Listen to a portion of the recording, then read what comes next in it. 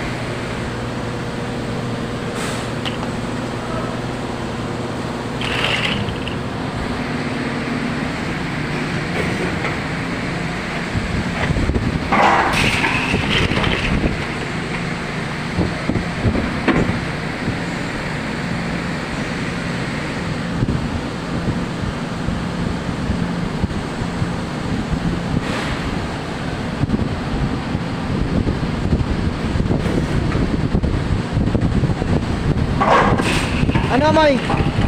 Siyempre sa heater yan. Ganun talaga. Kaya nakabudyo na matagalit. Huwag ka dyan magulo. Pinata ng ano kaganina umaga. Konektor. Ay, apo na rin. Ay tanghali na. Ay mga alas 2. Pinalita ng konektor. Ay, nasa gitna na yan. Kung pagbandating ko, di ba pagalit Sabi yun? ni ano nga daw, musok-usok na. Sino? Tuloy? Hindi. Si ano. Liwanag?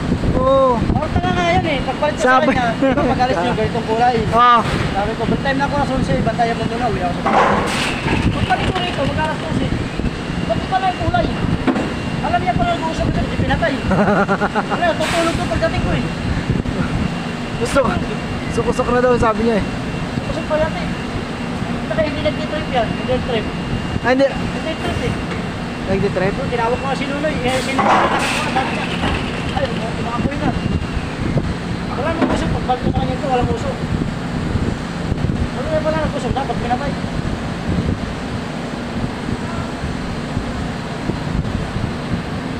Ano, balik na naman sa kulay. Okay na yan. Good na yan. Ito pa rin dito, nilagdagan lang. Good na yan. Good. Ano malalaman yung problema niya, kaya hindi naman siya nag-iikot. Nakapalit agad sa akin, natulog. Sinano ko na to kay kuya kanina. Sabi kuya, pabawasan ng heater yung ano. Para makuha yung kulay. Para bumalik yung kulay. Yeah, nung pag ano niya. Ano?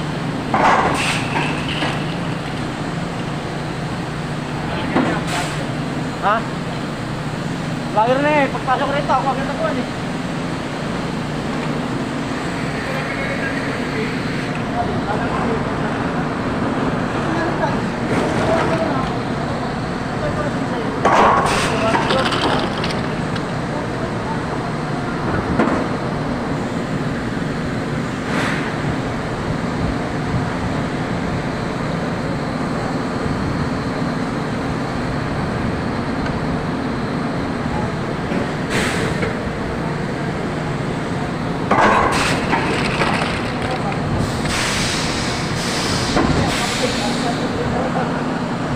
Pinalitan.